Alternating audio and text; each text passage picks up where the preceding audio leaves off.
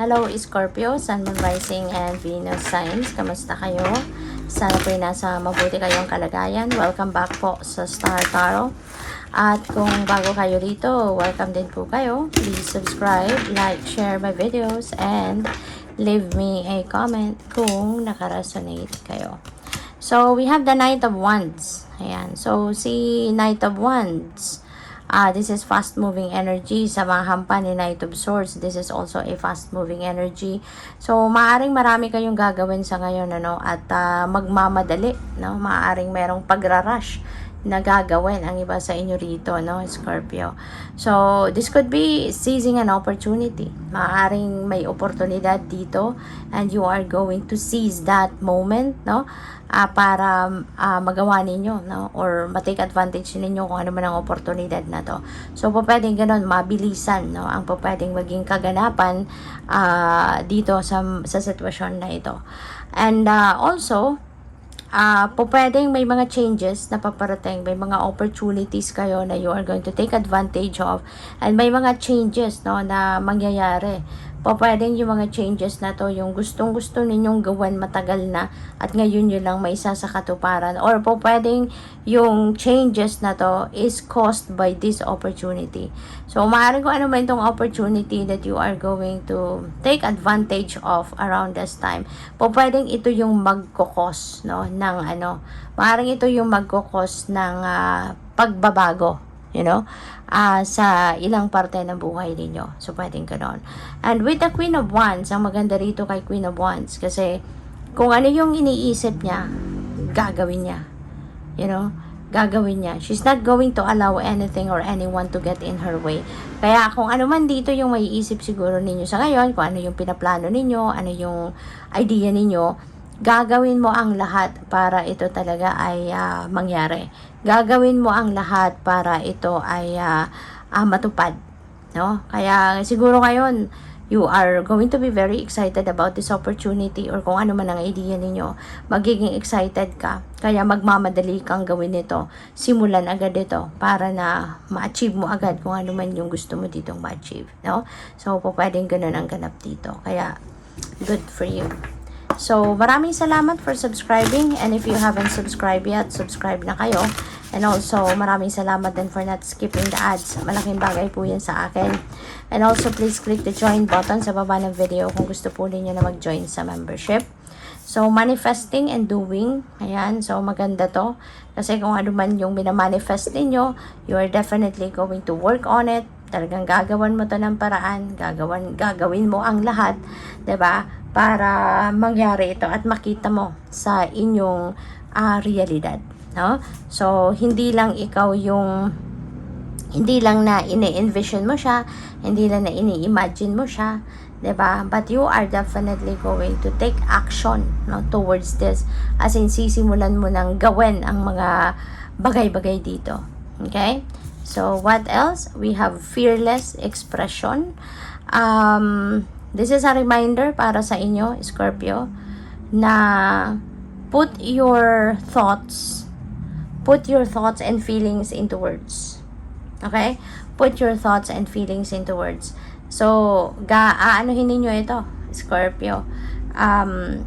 Maaaring babaguhin mo ngayon, no? Maaaring magbabago ka ng energy, magbabago ka ng perspective, magbabago din yung pakiramdam mo. Kasi feeling ko dito, ang iba siguro sa inyo, hindi kayo yung parang mahiyain siguro kayo. You know, mahiyain kayo. Yung parang kung ano man yung naiisip mo, kung ano man yung nararamdaman mo, po pwedeng hindi mo siya ine-express, hindi mo siya pinapakita, or hindi mo siya sinasabi, 'di ba? Kasi maybe you're also a people pleaser. Baka may tendency ka, no, na maging people pleaser. Kaya kahit yung nararamdaman mo or kung ano man naisip mo, hindi mo yan pinapakita sa iba or ina-express, 'di ba? Kasi mas iniisip mo, pwede sinusugarcoat mo, no, yung inyong mga nararamdaman. Kaya ngayon, parang sinasabi sa inyo dito na maging matapang ka, na maging fearless ka sa pag-express ng sarili mo. Kasi napaka-importante ng communication di ba? Napaka-importante ng communication, lalo na sa kung kahit anumang klaseng usapin, no? Transactions, negotiations, pag-uusap, no? Sa kapamilya, sa kaibigan, sa karelasyon, di ba? Yung maging totoo ka, yung truthful, no? Ikaw magiging truthful ka sa ibang tao, napakahalaga. Kaya be fearless in expressing your thoughts and your feelings, kasi mas magandang honest tayo, no, sa kung anong nararamdaman natin, anong iniisip natin, put them into words.